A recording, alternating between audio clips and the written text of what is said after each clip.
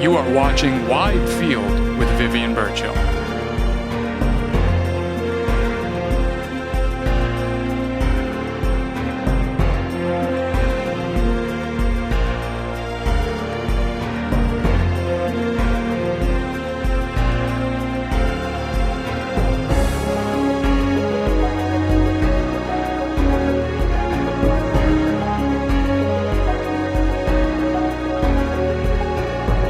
This is Wide Field. Welcome to Whitefield. I'm Vivian Birchall, your host. My guest is Dr. Yolanda Kirkham.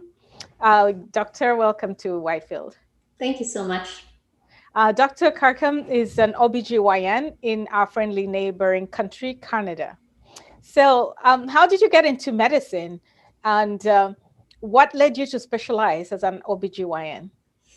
Well, I knew early on I enjoyed learning about the human body in high school. And then I just found I was doing a lot of volunteerism and had interest in women's health. I didn't know that gynecology was a surgical specialty. And so in addition, in medical school, I surprised myself how much I loved surgery. And so that's how I got into OBGYN, and then delivering babies and being able to follow women from, puberty all the way through pregnancy and menopause has really given me a lot of reward. And of course, it is Women's Month. And the one thing that dominates a woman's life is our health. Think of menstruation, pregnancies, delivering babies, menopause, and also the constant pressure from society that creates insecurities among women and about our bodies. Mm-hmm. So in your experience, what are some of the most significant women's health issues in our society? Well, in addition to the heart disease and breast cancer that, affects women disproportionately, I think for a part of my work in gynecology is that we need to really talk about some of the things that have taboo. So, for example, talking about periods. Here's half the world's population with periods every single month, and we have over 450 periods in our lifetime. By 20, most people have had over 100 periods. So it's something we need to talk about, and we really need to address and hear girls and women when they talk about painful periods. There's a condition called endometriosis, for example, and we don't talk about it, and people don't get diagnosed early enough to know that such debilitating, painful periods are not normal, and there is treatment for it. And so you mentioned taboos. What are some of the taboo topics in addition to periods in women's health, and how do they affect the lives of women and young girls? I think from early on, we need to be open, not just talking about periods, but also some of the premenstrual syndromes that can happen with our moods. And, not just joke about it or chalk it up to that, but really address that. Things that happen later in life, miscarriages are so common. About 15% of all pregnancies end in miscarriage. And it's not only till recently where we have celebrities speaking out about their experiences that we are more open about it. So certainly people don't need to suffer in silence. Later on in life, after pregnancy and also near to menopause, people also have incontinence. And so we have pelvic floor problems and painful sex and issues with loss of urine. Those are really important things that even when somebody is at their gynecology appointment, they won't necessarily open up about until they're very comfortable with their provider. Why is it that some people are not open to talking about things like painful sex, like painful periods? Just why is it difficult?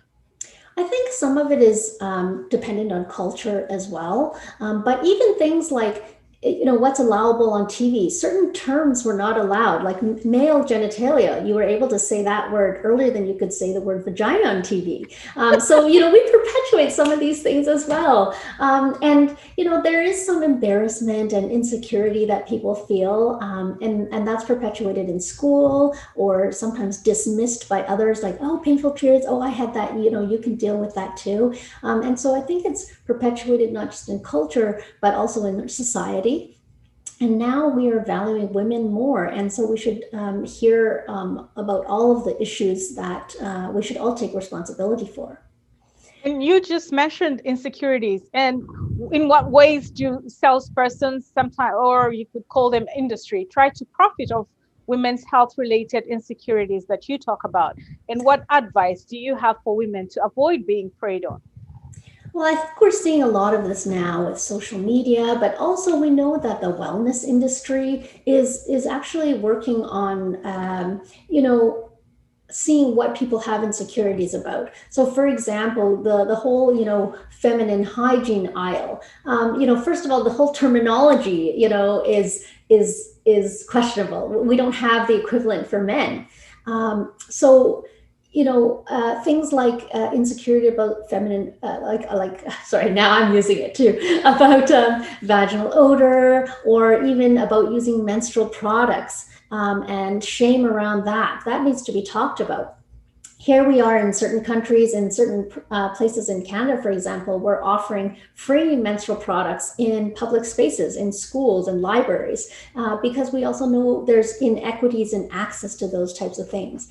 But I think people now need to be aware of, why are they selling you something, or who is giving you this information, and how are they profiting from that?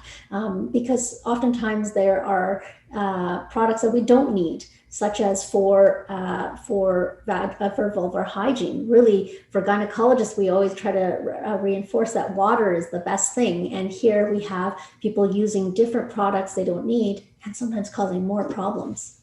Yeah, like one of the things that is common among this women's circles is vaginal tightening. What can you say about that? Yeah, so again, this, whoever started this myth that it's important to have a tight vagina, right? Or, who is looking at this? So that culturally has changed. Even the whole thing about body hair has changed. In the 1970s, we had a different hairstyle in the vulva area as opposed to now. Things do go through trends. In the 1980s, for example, breast augmentation was very popular, and now it seems to be we're focusing even on vaginal or labiaplasty in the genital area, and it may not be necessary, and it's perpetuated by ideals that were not placed by women in the first place. And you talk, some of the other health issues include perimenopause. What are some ways that women can live comfortably during the perimenopause, given that the stage in life comes with so many unpleasant symptoms? So for some people, perimenopause can actually be okay, but for others, it can really be a damper on their quality of life. If it is something like hot flashes, brain fog, inability to sleep, certainly lifestyle changes first can be done, such as making sure you get good quality sleep. Exercising throughout the day so you're actually tired enough to have a good sleep later, and also cutting out things like caffeine, excess alcohol, and cigarette smoking for your general health. If people are having more troubles and they really cannot concentrate or do their regular activities, seeing your doctor can help. Hormone replacement therapy, which sort of just brings your hormones back to the levels they were, can help you, because perimenopause and menopausal symptoms are actually the result of those normal occurring hormones in your ovaries now sort of petering off and turning off. So what are some of the lifestyle changes during perimenopause?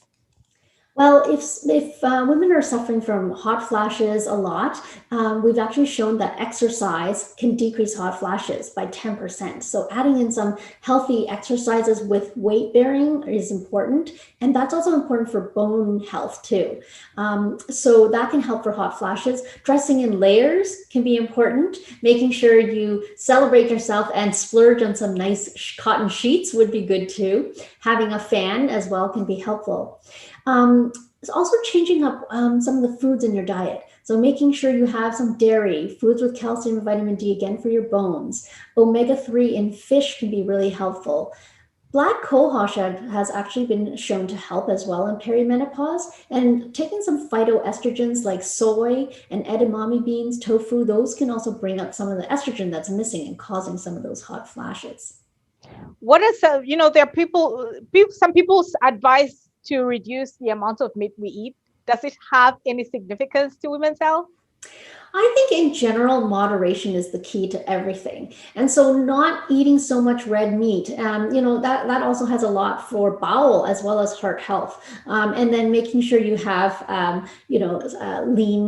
lean meats as well. If you're vegetarian, making sure you have your legumes and your beans, and make sure you supplement with zinc and some other vitamins that may be missing in a non-meat diet.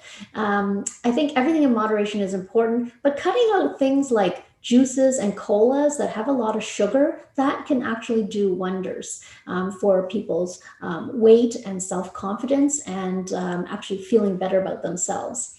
The other thing that people can do is making sure that they have healthy protein, complex carbohydrates, and just making sure they have a good balance of what they're taking in. And then finally, as a person who loves tea, I put limes, ginger, cardamom, cinnamon in my tea. What is that, a good thing or bad thing? Well, I love it. It sounds like so exotic to me. It sounds like great ideas. And I think part of the pandemic is that here's the opportunity. You're at home. Maybe you're doing grocery delivery. Try some new foods and try some new. All right, let me get this back in.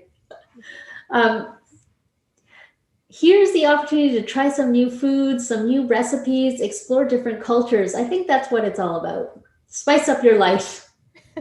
The COVID-19 pandemic has impacted many aspects of our lives. Some new mothers have found themselves in hospitals without family to go give them moral support. So what has it been like delivering babies during the pandemic? Well, I think with all healthcare workers, it was really, unguided at the beginning in terms of what we needed to do, and also the PPE and the personal protective equipment we needed. But I think we're in a good place now. We still have changing guidelines, but for the healthcare workers ourselves, we feel quite at home in the hospital. We feel quite safe with our precautions. And I think parents have been doing amazing. Most places in Canada, and I think in the US as well, continue to allow one support person, which is really important. And oftentimes it's dads or other family members, and they've really stepped up, supporting them through that long labor. So I've actually been, I feel good that people are doing really well. There have been some changes. Everybody has to wear a mask now where I practice, but people seem to be doing really well and still enjoying the time. I think for pregnant women, they feel that having a baby is something to look forward to, and even for grandparents. So it sort of breaks up the monotony of being at home during the pandemic. And closely related to childbirth, what is the most effective form of birth control? Because there is so much information out there. So I'd like to hear from you as an OBGYN. Such a good question and so important. It's actually kind of old-fashioned now to use birth control pills because it's not the only form. So we have the intrauterine device, or IUD, and it used to be copper ones that sometimes cause more cramping and bleeding for people. But now the ones with a tiny amount of hormone, the progestin IUDs, they're actually very helpful and first line for teenagers as well as for people of all ages. And when I talk about birth control, as with most gynecologists, we're not just talking about contraception. It's actually treatment for decreased pain and decreased flow. So it's very effective. The failures are 2 in 1,000 compared to the pill is 80 to 90 failures in 1,000. And as I said, it's used in all age groups as well to protect from uterus cancer and also to decrease flow and pain from periods. Well, there are so many myths, again, like I mentioned, about birth control. What message do you have for people who are still afraid of birth control methods? Well, I think it's important to talk to your doctors. Some people may have health concerns where it may not be the right one for them, but there's so many different options. So not just a pill, there's also a patch, like a sticker that you change every week. There's a vaginal ring, there's IUDs, there's injections, there's also an arm implant. So there's lots of different ones, and not everybody needs it. People can use timing or barrier control methods, but if something is not working, there's definitely something made for you. And sometimes it takes a little bit of trial and error, but hopefully they'll find something that works for them. So this Women's Month, what message do you have for all the women out there, both the young and the old, in terms of what they can do to boost confidence, to, yeah. So what message do you have for us? Well, I think it's really important to embrace and be confident in who you are. And, you know, even if you're having a bad day, find that one person who can boost you up, and also just remember in yourself the values that you hold true to yourself and what you're proud of. Because, you know, everything comes from within, beauty comes from within as well, and staying healthy, taking care of yourself, knowing that you are worth it. You don't need anyone else to tell you about that, I think are important messages to send to our young people today. Well, thank you, Dr. Yolanda. It's been a pleasure having this conversation with you. And I hope I can get you back to talk about some specific issues that are part of women's health. And I look forward to sharing this information with the women out there this Women's Month. Thank you so much, Vivian. And to our viewers, if you want to learn more about Widefield episodes, you can check out the Widefield playlist on the Acton TV YouTube channel. And you can also write to me at vivian.birchall@actontv.org. Thank you for watching Widefield. Till next time.